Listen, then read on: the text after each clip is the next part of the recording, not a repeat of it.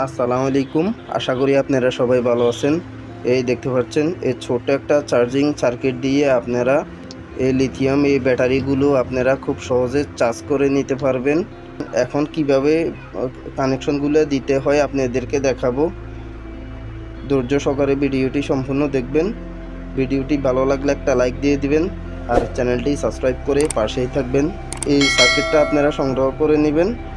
এই সার্কিটের মডেল হলো 4056। এই দেখতে পাচ্ছেন 4056 মডেল। এই সার্কিটে প্রথমে এই ইনপুট মাইনাস আর ইনপুট প্লাস দিবেন। এই এখানে মাইনাস দিবেন আর এখানে প্লাস দিবেন। 5 ভোল্ট ইনপুট দিতে হবে। আর এই দেখতে পাচ্ছেন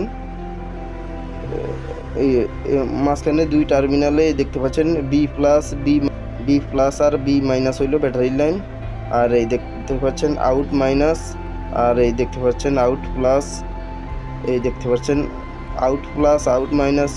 এই চার্জিং সার্কিটগুলো দিয়ে আপনারা খুব সহজে এই লিথিয়াম এই ব্যাটারিগুলো আপনারা সহজে চার্জ করে নিতে পারবেন। এই দেখতে পাচ্ছেন এই পাশে দুইটা ইন্ডিকেটর দেওয়া আছে।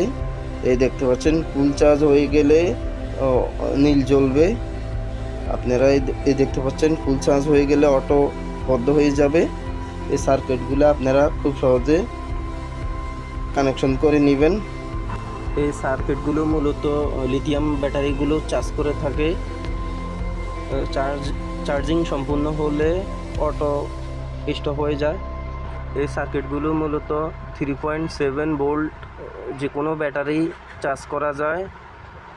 আপনারা এই সার্কিট দিয়ে খুব সহজে 3.7 অ্যাম্পিয়ার যে কোনো ব্যাটারি চার্জ করে নিতে পারবেন। ভিডিওটি ভালো লাগলে একটা লাইক দিয়ে দিবেন আর চ্যানেলটি সাবস্ক্রাইব করে পাশেই থাকবেন।